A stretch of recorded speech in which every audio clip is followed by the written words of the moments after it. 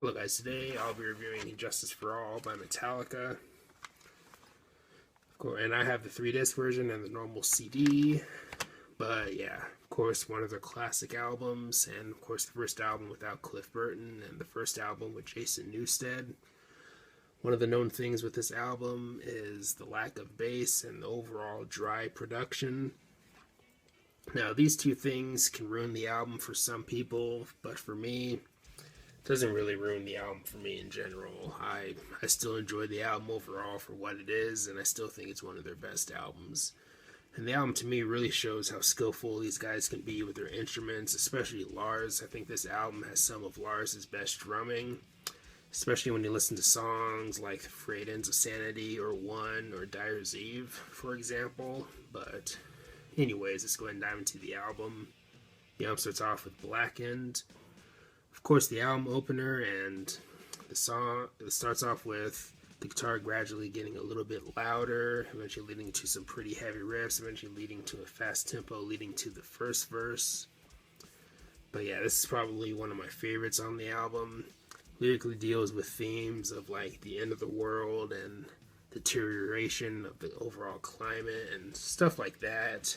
And I thought it was lyrically about something a bit more personal, but I guess I was wrong. But hey, the song, either way, I still think is one of the highlights on the album, and definitely has its share of moments that are headbang worthy too. But yeah, this song, kind of a banger and not a bad choice for an album opener. But then we get to the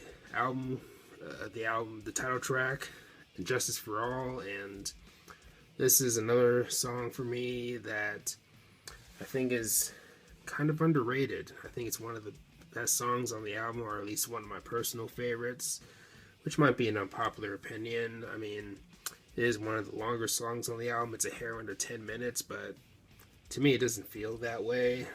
I think it's one of those long songs that doesn't really overstay its welcome. It does enough to keep you interested and engaged. It does enough twists and turns, you could say, but I do really like the acoustic intro, eventually leading to some heavy riffs and some aggression. But yeah, the song lyrically deals with false justice, a bit of a more political song, and this album in general deals with more political themes and stuff like that.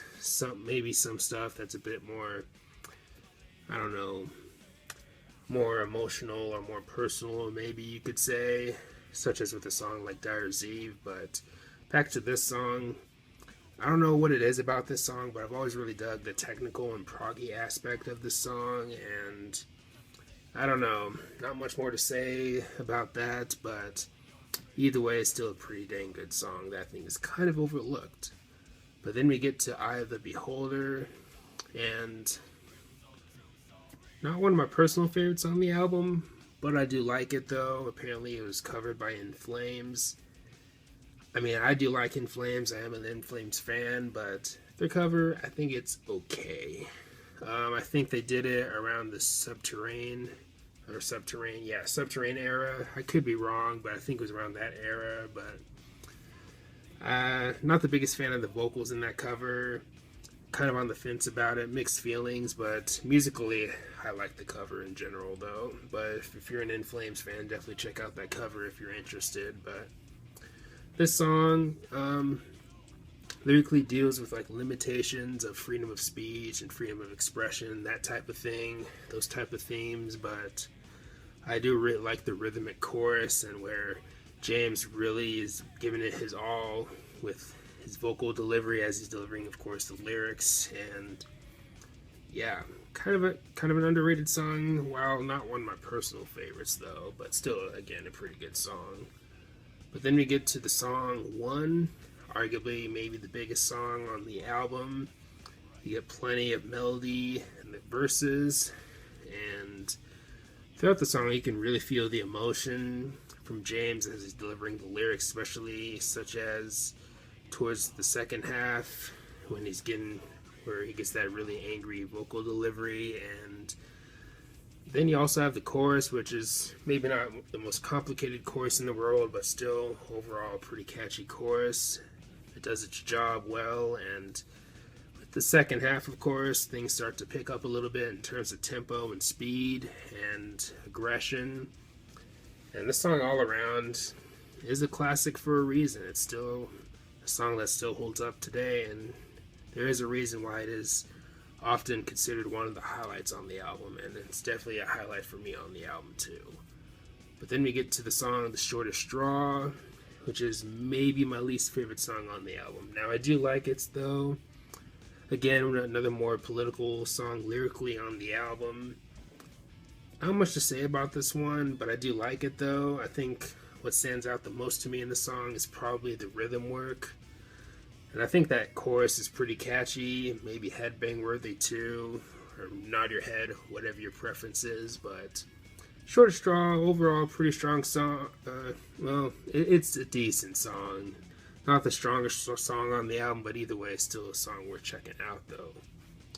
But then we get to the song Harvester of Sorrow, a song that's not as thrashy as some of the other songs on the album.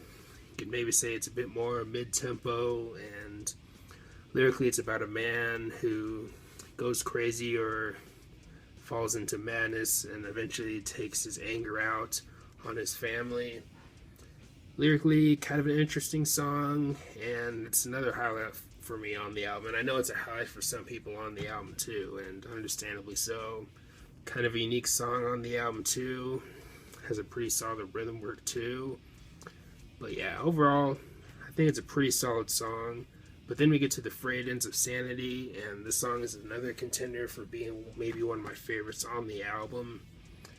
Bit of a longer song, it's a little under 8 minutes long, but I don't know, I've always really dug the angry nature of the song, and musically the aggressive nature. And you get, of course, the song starts off with these chants, which I believe take influence from Wizard of Oz, if I remember correctly. But yeah, I don't know what it is about this song, but it's always been a contender for being one of my favorites. I've always really liked the riffs and the rhythm work, and I've always really liked the chorus especially.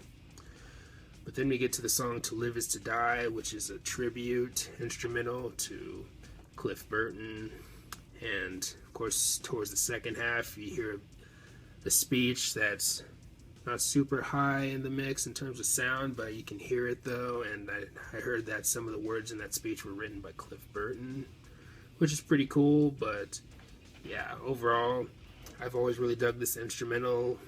The longer song, definitely, it's a hair under 10 minutes long, and I'll admit I've had my times where I actually kind of like this song maybe a bit more than Orion. Now, I do really like Orion, but I don't know, I've always really dug this instrumental, and I think it's an instrumental that I think maybe deserves a bit more love, maybe. But anyways, next song on the album, Dyer's Eve, the album closer, and it's maybe one of their thrashiest / heaviest songs that they've ever written.